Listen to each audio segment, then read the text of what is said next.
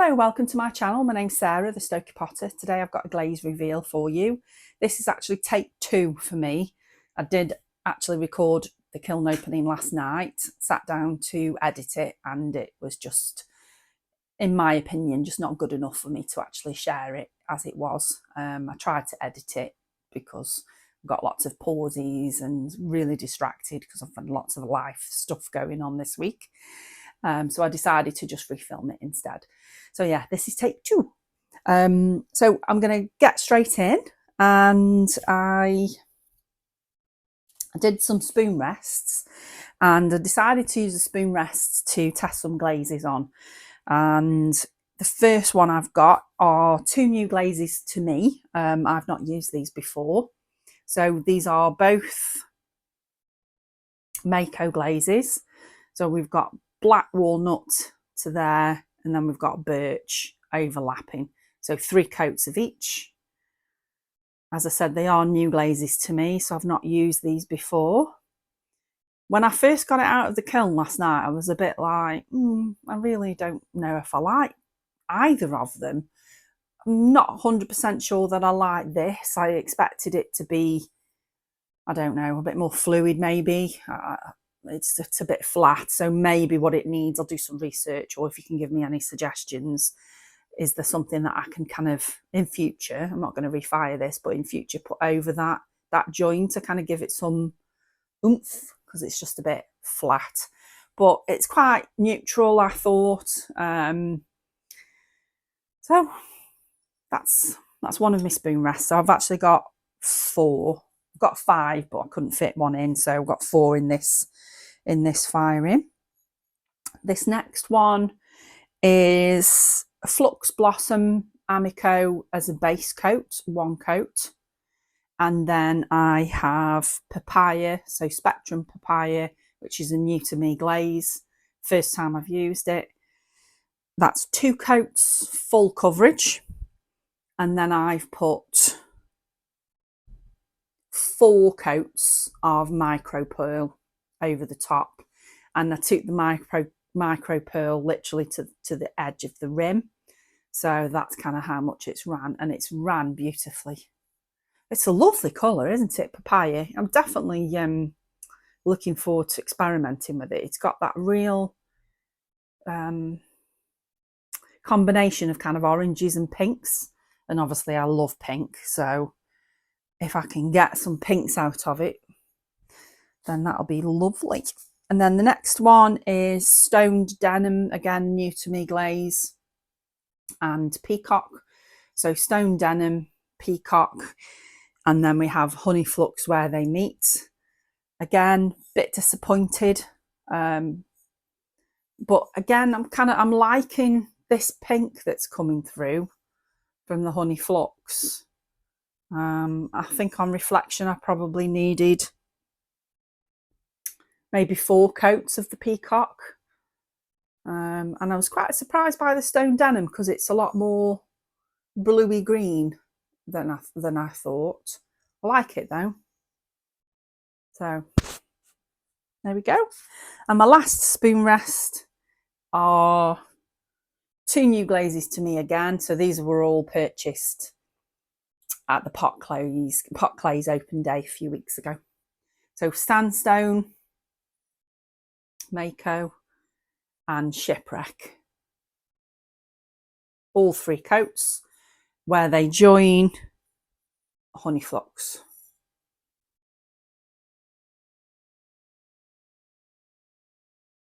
A bit patchy in places, but that's probably me being a bit,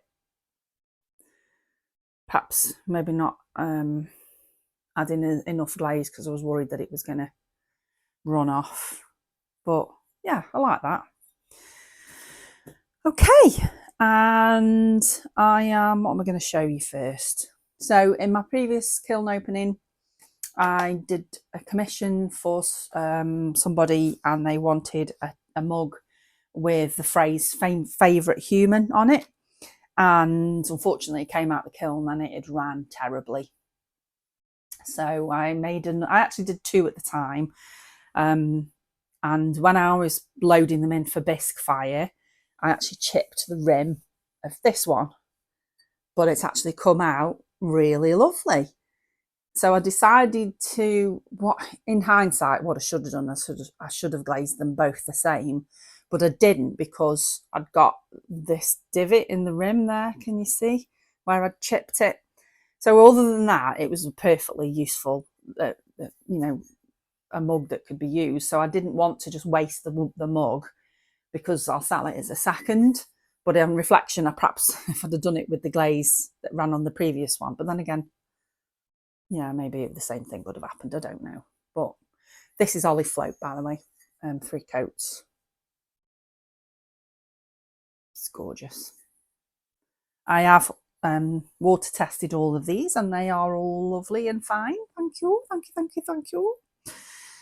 And the next mug is a test look at this naughty run. This is one of my mushroom mugs. So this is a test, an experiment. I am doing Gladstone Makers Market on the 15th of November, and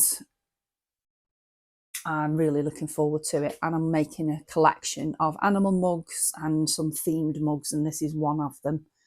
So the mushroom stems are birch. We've got Amico red underglaze. Then that's the white is the body of the clay, which is a white stoneware, my Dracot. The inside and over the rim is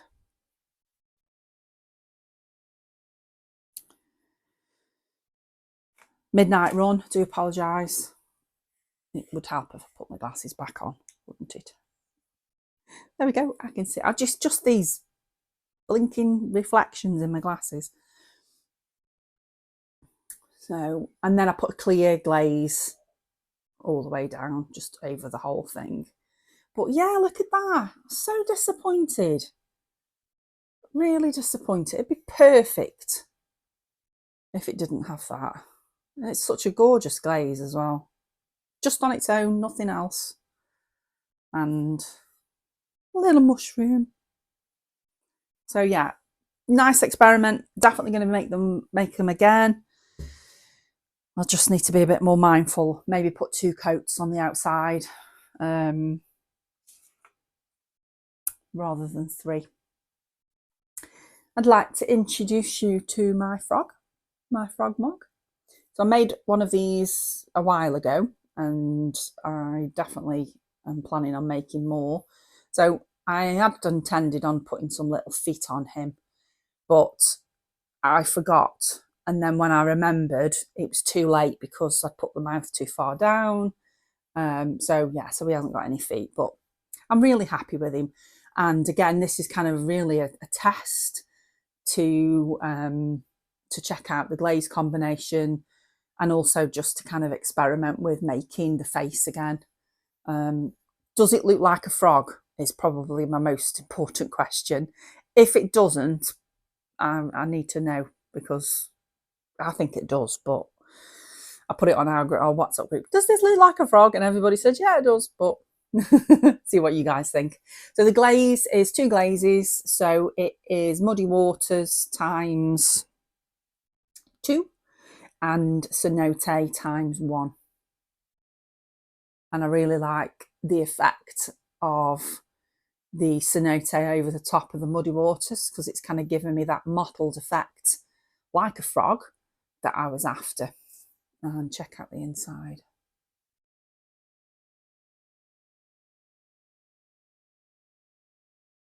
Love it. I'm really happy with that. So that's Mr. Froggy. And I will do this one next. So this is another experiment. So this is following the Mako workshop that I did at Pot Clays with Todd from Mako. And in that workshop, one of the projects was, it's kind of the sunshine kind of oil spot beaker. And I decided to replicate the application process, but with different colours. So I've used a new to me glaze called My Blue Heaven, which is this pale blue here. On reflection, I should have left more of that showing because it's a beautiful colour. But I applied 5 coats of that in a wavy pattern all the way around. On the inside, I've got Aqua Gloss by Mako. So all Mako. And on the outside, I have a band of Teal Next Time. One thick band. And then underneath that band, I've got Carabine Blue. And I just love, let me get out the camera. I just love how that's broken. I'm so excited to experiment with other colours. I just want every single glaze. I just want every single one. I asked Todd actually, I said, how many glazes does Mako actually have in the entire range? And he said, that's a good question. And he reckons there's about 800, between 800 and 900 glazes in the range of the whole range of Mako. And I thought, wow. And I came home and I said to my husband, do you think we could have the space to maybe at some point have 800 glazes? I'll leave you to, just guess at what his response was. And then my last 2 mugs before I move on to the piece de resistance, which I'm really, really happy about, which is my witch's hat, my biggest one ever, are my 2 beach mugs. So which way to the beach? So this is one, and that's the other one. So one of these is actually for my friend Sarah, HSL Pottery. And the combination is Norse Blue inside and to there, 4 coats.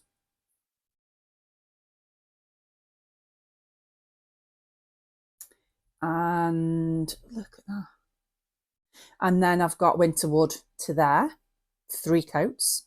And then 2 very light coats of Light Flux.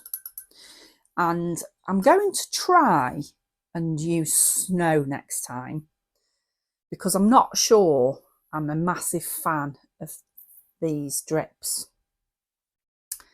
I didn't think 1 coat of Light Flux would be enough, but I feel that maybe 2 coats is too much. It didn't run off, to be fair. I mean, it very nearly did again, but yeah, I need to go back to the drawing board. And I think what I'm going to do is the next one that I make, the sand is going to be the sandstone glaze. So I'll test that out with Shipwreck, I think. Wacky Pots recently done a combination using those 2 glazes. And this is the other one. So exactly the same. Norse Blue, Winterwood and Light Flux. So as Sarah can decide which one she wants. Excuse me. Ghosts. I'm forgetting my ghosts. I made some ghosts. I'm doing a Halloween special market on Sunday. So this will be going to market with me. I had a tiny bit of clay left over, so I thought I'm just going to make a little baby ghost. Cute. And then I have, these are all on white stoneware, and they're all snow. 2 coats.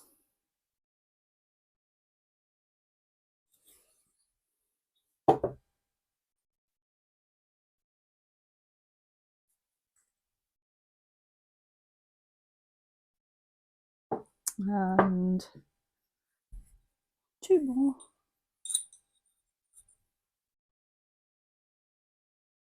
Like them. So quick and easy to make, aren't they? And then, are you ready? I am so happy with this. This is my witch's hat.